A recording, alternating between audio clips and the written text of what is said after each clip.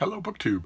We're continuing my library tour. I didn't do that yesterday, even though yesterday was Monday, because doing so would have once again offended the aforementioned Jesuitical sense of order and form. I thought we'll start on October 1st, and we'll see if we can do the whole of this new room. This is my little book room, my sanctum sanctorum. This is a space that I create for myself wherever I go, or I try to. A place that is small, constricted, full of books, and the place where I can go and shut out the world.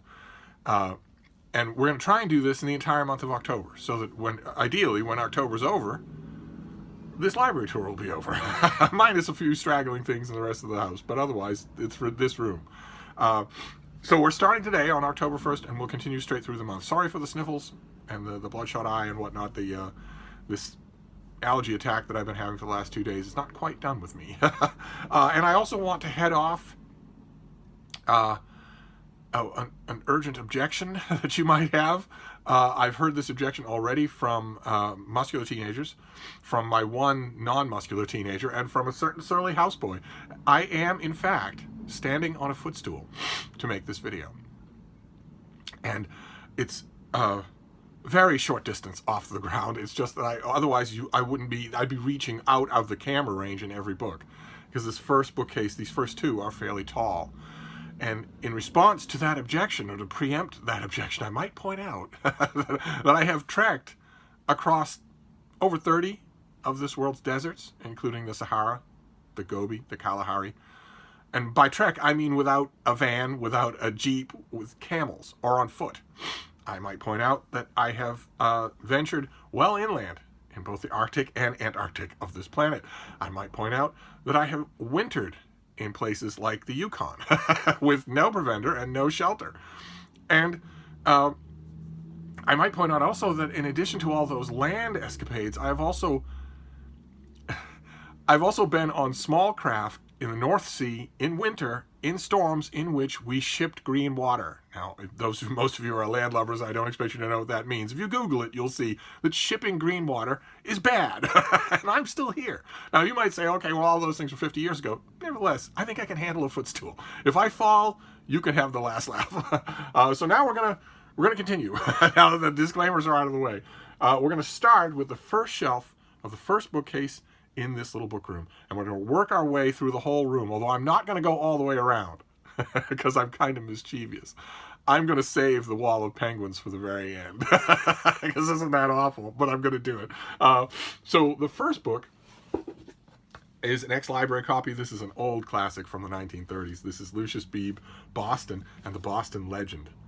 Some librarian did that almost 100 years ago, and this is an old, beautiful book of Boston, just the way it was then, the way it was, back in the early 1930s, mid 1930s, something like that is when that book came out. I love Boston books. I have a whole collection of them, of course, and that one ought to be with them, but that's okay. At least it's in here. And okay. All right, this next one is a classic. There'll be a lot of classics in this room. I have recommended this many, many times. I don't know how far those recommendations will go, because I have a feeling that in order for this recommendation to really hit home, you would have to know Cape Cod, which is, if you picture the state of Massachusetts here in the United States, Massachusetts is basically a rectangle, and then there's a fish hook that extends out into the ocean. And that fish hook is Cape Cod. And it is a magical place. I have spent so much time on Cape Cod in so many seasons and in so many moods and different times in my life. And Cape Cod has spawned a small industry of books on its own, and you could fill a small library with them. And this is, in my opinion, one of the best of them all. This is The House on Nauset Marsh by Wyman Richardson. And this is illustrated by Henry Bugby Keene. He does the spot illustrations and also full-page illustrations. And it's about a little old farmhouse on the Cape. Long before the Cape was hyper-industrialized, long before the Cape was a mecca for vacations of the super wealthy and whatnot, when, this is an unweatherized, old, silver-wooded farmhouse, and had been there for generations, and from the time when it actually was a working farmhouse. We used to be, once upon a time, those weren't just the boutique gatehouses of McMansions on the Cape. The Cape used to be dotted with such things. And I love Richardson's book. It's just amazingly wonderful. It's a view, an affectionate, warm, loving view into a Cape Cod that mostly doesn't exist anymore. Okay, then we have fiction. This is Dissolution by C.J. Sansom. This is the Matthew Shardlake novel. Matthew Shardlake is this Tudor murder mysteries. They're very good. They're very textured. Sansom got accustomed to the time period and was very encouraged by the feedback of the fans, and so all of the Shardlake novels get bigger. They get bigger as they go along. Some of the later ones are massive and wonderful. In this instance, I don't mind at all that they get bigger. Okay, this is another novel. This is John Ray, Lowboy. This is a tremendously affecting novel about a teenager who has severe mental problems, who is on the loose. He is on the loose in the city, and his mother is desperate to find him, of course, and allies herself with a policeman who is also desperate to help her. But and their segments are wonderful. The writing throughout there is just beautifully done. But it's really the main character himself. It's his segments that are just so arresting. Okay, all right. There are going to be some things that I've just stuck into this room, but that I'm not 100% sure should really be here. This would be one of them. This is the 9/11 Commission report, the Zelikow report to Congress on the 9/11 attacks. What happened, what specifically caused them, what specifically caused the towers to fall, and what was the approximate cause of all the damage. An important thing, definitely, especially since it briefly spawned an enormous industry of conspiracy theorists. But I'm not sure that it belongs in here. It doesn't read like a government report. It reads like someone came in and rewrote the whole thing for narrative effect. But aside from its importance as a document in American history, that's a reason for it to be out in the other room, not in here. Okay. All right, this is a translation of a classic. This is Frank Copley's translation of De Rerum of The Nature of Things by Lucretius. A very good translation of a complex poem. This is a very good English translation. I don't often say that about classical translations, especially not now, especially not anymore. But I'm glad I have that. That's great. Although there's another shelf for classical translations. It should be with that. But this library tour is going to be much like all the others. It's going to help me to reorganize, and that's great, because this room needs reorganizing, and it's the perfect time, because in no time at all, in a month at the most, the weather here in Boston, I mean, it's still balmy here in Boston now, but in no time at all, the weather will actually be driving me back into this room. It is possible, with a little electric space heater and doors closed and drapes closed and whatnot, to heat this room. It only has one window, and I have walled off the closet. That door behind me is a deep closet. It's like a 9-foot long closet, 10 feet tall, 9 feet deep. And I can't for the life of me figure out how to use that space. I can't for the life of me figure out how to do it. I have reorganized this room a dozen times since I set it up originally. Sometimes that closet has been open, sometimes it's been closed. I have found, just for simplicity's sake, to just square it off and make this room a box. Even though all the space in there is wasted, it's just empty. And that feels like an offense. It feels like there should be some way that I can use that space, but I have yet to think up a way. I have devoted an inordinate amount of thought to using that space. It's not good for bookcases. It's not wide enough, so that A, you can't see the books until you walk inside, and B, you couldn't see them properly in there anyway. There's no electricity in there. And it's also not good for a bed, because it might just barely be wide enough for the bed, but then, how do I get in or out? And so on and so forth, right down the line. It's no good for storage, because I don't have enough stuff to store. And I don't want enough stuff to store. I haven't figured out how to use it. But now that space is closed off and largely walled off, and now that there's only one window, it's possible to heat this room to make it nice and comfy, even in the middle of a bad winter, which I'm assuming is coming. I'm assuming all winters are bad winters. Whereas the other room it's all windows. It's practically open to the elements. I'm hoping that I can heat it a lot better than I did last year. I'm hoping that I don't have to just completely abandon time spent out there. But in the meantime, I know that soon I will be spending a lot more time in this room. You'll all be grateful for that because you love the backdrop of the penguin wall. And also, you know, realistically speaking, you will see more of Frida if I'm filming in this room than if I'm filming all over the place. But anyway, where were we? Okay, this is David Wishart. This is a historical novel, I, Virgil.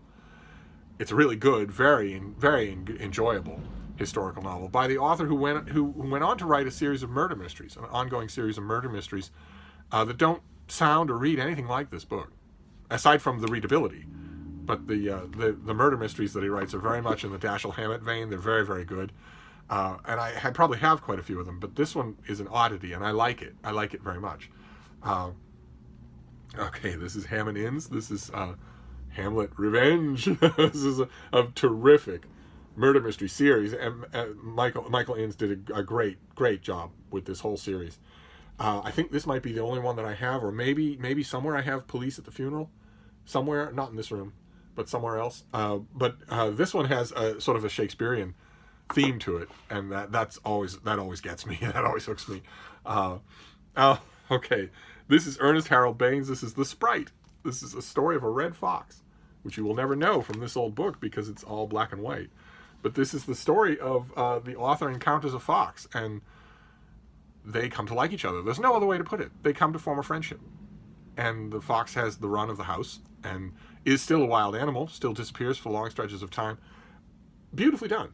I just thought it was beautifully done. This is from, do I even want to know? Goodness gracious. Do I even want to know? 1934. So the fox is dead. Oh, okay. This is the Everyman, the Modern Library. This is a terrific Modern Library paperback of a great book, a book that I love, just love.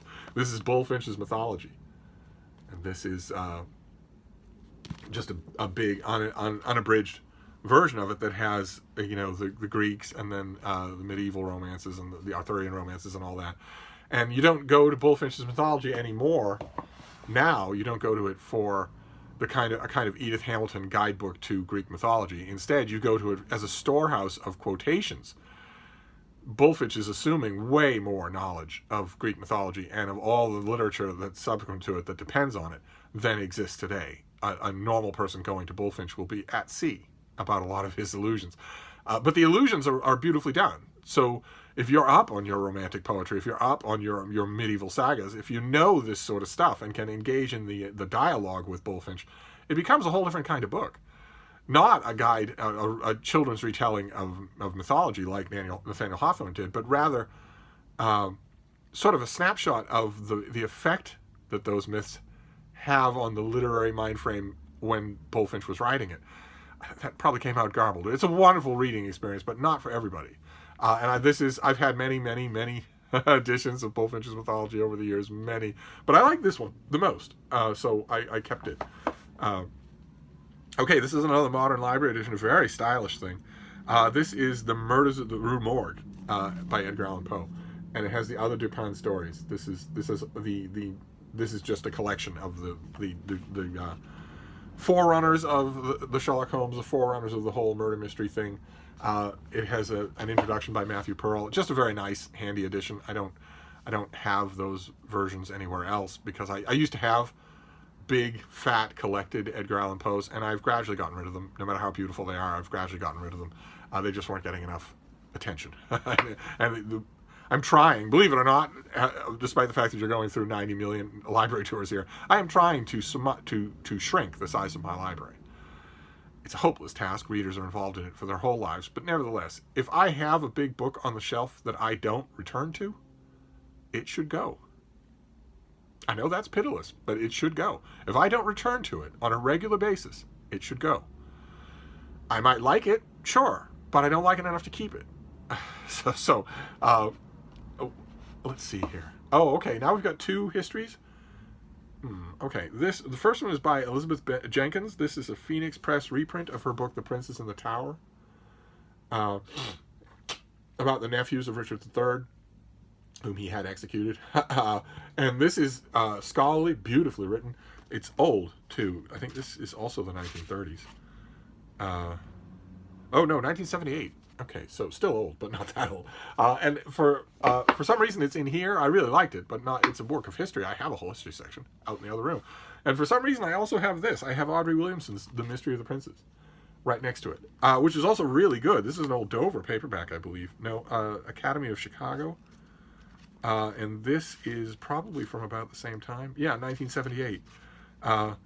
And I enjoyed it too. I like the two of them, and I think I have two others. I like them in sort of juxtaposition so that you can see how historians weigh the different elements of how we can determine what happened and who's guilty. A weighing and a counterbalancing that was made world famous, permanently famous, by Josephine Tey's novel, The Daughter of Time. But I like the histories a little bit more than I like the novel, although I like the novel. Oh, great. Okay, Northwestern did this reprint. We saw another one of these. Northwestern did two reprints of some of the nonfiction of William Dean Howells when he left the country and spent official time in Italy, specifically in Venice. And we saw one of these. They're beautiful volumes. That's why I kept them.